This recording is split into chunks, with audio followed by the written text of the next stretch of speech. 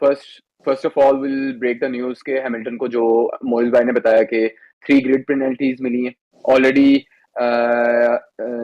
Stroll को LeClair के आगे आने की वजह से उसको पेनल्टी मिली थी 1 ग्रिड, जिसमें I think he qualified 20th या 19 और उसके बाद 20th, और उसके बाद ओलिवर को मिली थी 10, तो ओलिवर की वजह से वो 19 हो गया। और उसके बाद विल टॉक अबाउट के हैमिल्टन का, उसको उन्होंने 3 ग्रिड पेनल्टीज दी हैं। जिधर तक मेरा ख्याल है उसको मैक्सिमम ना उनको 1 ग्रिड पेनल्टी देनी चाहिए थी। 1 बनती थी, लेकिन 3 इज अ बिट हार्श।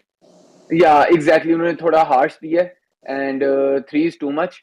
लेकिन एनीवेज we'll talk about के Leclerc, how Leclerc did in qualifying. He was doing amazing and मैंने पहले भी कहा था कि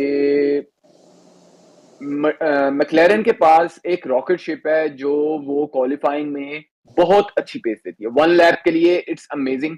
रेस में तो वो ऑलरेडी अच्छे हैं, लेकिन उनकी 1 लैप पेस भी बहुत अच्छी है। ड्राइवर्स जैसे भी हैं, फंबल जितना मर्जी करते हैं, जो मर्जी, हर किसी की थोड़ी बहुत वो होती हैं। आई वुड से कि क्वालिटीज लैक करता है हर कोई कहीं ना कहीं। एंड मैक्लेरन के ड्राइवर्स अभी न्यू है, इतने एक्सपीरियंस नहीं है, even though Lando is experience 100+ races now. And फिर भी I would say कि their car is amazing even if they do mistakes, just like W11 में हैमिल्टन कभी मिस्टेक कर भी देता था, तो he used to actually come back with those mistakes. तो वो हाल है इनका। लेकिन आई वुड से कि कल रेस में ऐसा होना है कि अगर लैंडो फंबल्स द रेस ना for the 1 position only, it will be tough for him to come back unless strategy Mercedes से फरारी से अच्छी कर ले, या फिर पिट स्टॉप फरारी से अच्छी कर ले। ये 2 चीजें कर लें तो फिर आगे आ सकता है वो, वरना नहीं आ सकता। लेकिन he is very unpredictable in the starts.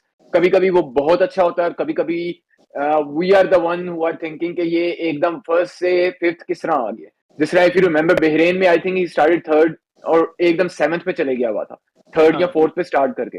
तो वी वुड से कि Ferrari as a car, last week भी अगर आप लोगों ने नोटिस किया था तो मैंने बताया था कि फरारी का ना क्विकेस्ट है 0 to 200। ओके, फर्स्ट कॉर्नर के बाद 0 to 200 अगर फरारी के दोनों ड्राइवर्स हैमिल्टन और लेक्लेयर दोनों अगर अच्छा कर जाए तो it will be great race for them. And उनके पास पहला फर्स्ट सेक्टर का जो पेस है ना, इट्स फरारी का लेक्लेयर।